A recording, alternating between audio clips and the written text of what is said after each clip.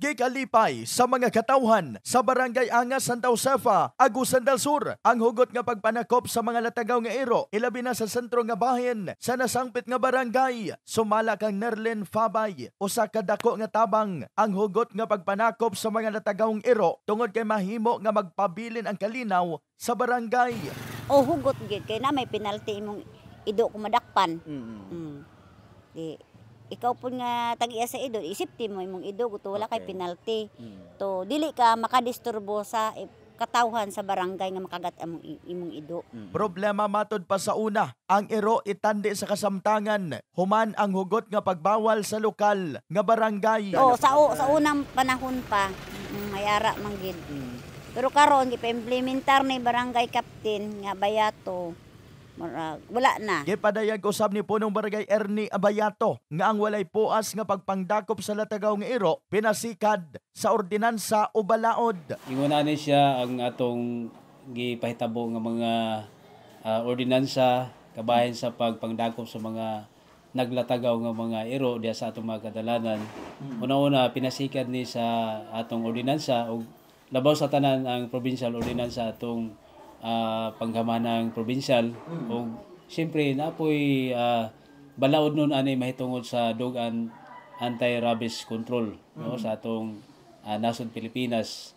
Gipadayag niya dili gayud angay pasagdan ang binuhing iro tungod kay ang pagbuhi sa iro usa ka dako nga responsibilidad. Nakita nato nga dili gyud angayan nga buhian nato atong mga iro isip mga atiman ini kay una-una ang pagbuhi sa iro adunay dakong responsibilidad. Kinahanglan nga atong hiktan siya aron sa diha dili siya makahatag og distroso sama sa kanang atong mga kasagaran mga motorista na madisgrasya tungod sa iro kay naglatagaw atong mga kairuan. Og ikaduha ang pinakakuyaw nga motapot sa tawo kung mapaakan og iro ang kanang rabies. Dugang niya, kung ugaling adunay mapamatud-an nga magpasagad sa binuhing iro, adunay penalidad. Ang ilahang penalidad una na sila warning. Ikaduha aduna na sila penalidad. Ilang na ko i-mention ang amount. Nana siya paggabayran nga fines sa maong paglabag o kanang paglapas sa maong ordinansa. O moto kung dili na gid nila malukat mo na to siya nga atong ikuan sa mga interesado nga moadapt sa maong mga iro. Kung adunay iro nga ilahang madakpan, aduna matod pa sila'y dog pound.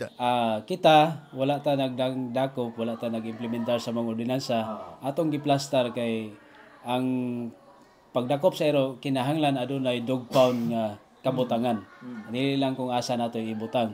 So dinhi sa barangay aduna kitay dog pound nga gi-designate para sa katong mga iro nga mga nadakpan.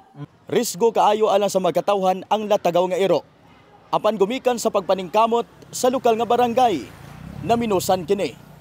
In the heart of changing lives, kini si Brigada Christian Talimudaw Cabanyas, Brigada News.